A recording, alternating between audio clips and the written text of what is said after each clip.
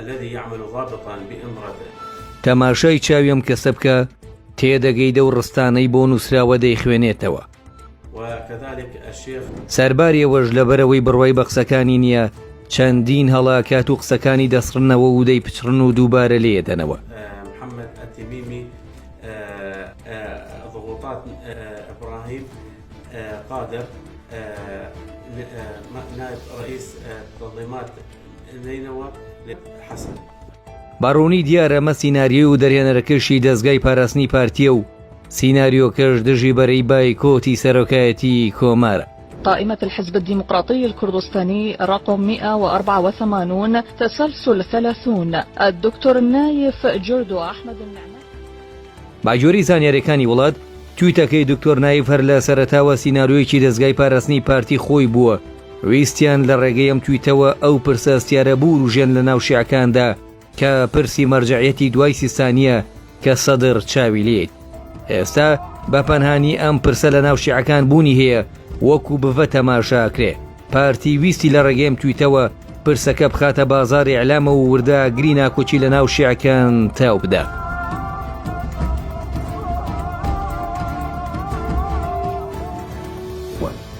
ڕێبواری کەریم وەلی نووسەری نزیک لە نێچیروان بارزانی هەرزوو پرسەکەی ئاشکرا کرد و نووسی ئەم نایف کوردستانیە ویستی بڵێ لێرە بە دواوە جەنابی موقتەدا سەدر بە مەرجع دەناسن ئاگری لە ماڵی خۆی و پارتی بەردە.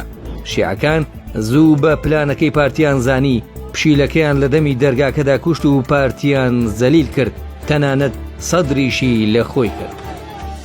چوارشەمە کە دووبارە بڕیارە دانیشتن بۆ سەرۆکایەتی کۆمار ئەنجام بدرێ پارتی دەزانێ شکستێنێ بەڵام ئەم دان پیادانانی نایف وەکو دوا دەرفەت دەبینێ بۆ خۆپاکردنەوە لە پلانەکەی و تێک نەچوونی هاوپەیمانێتیەکەی لەگەڵ سەدر.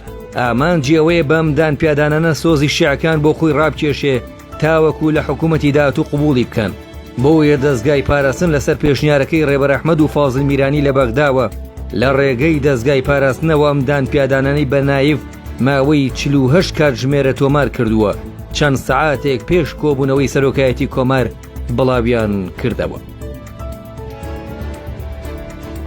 پارتی ئەزموونێکی خراپی هەیە لە دروستکردنی سیناریۆ و بە قوربانیکردنی کادیرەکانی خۆی. پێشتر ڕۆژنامەنووس سەردەش عوسمانیان تیرۆر کرد و پاشان کردیانە تیرۆریست. دواتری شێخزانە کە کادری ئەو حیزبە بوو دوای دەیان تاوانی قێزەون لە سێدارەیاندا. دواهەمین شتیان نایف کوردستانی بوو کە بووە قوربانی پلانەکانی پارتی.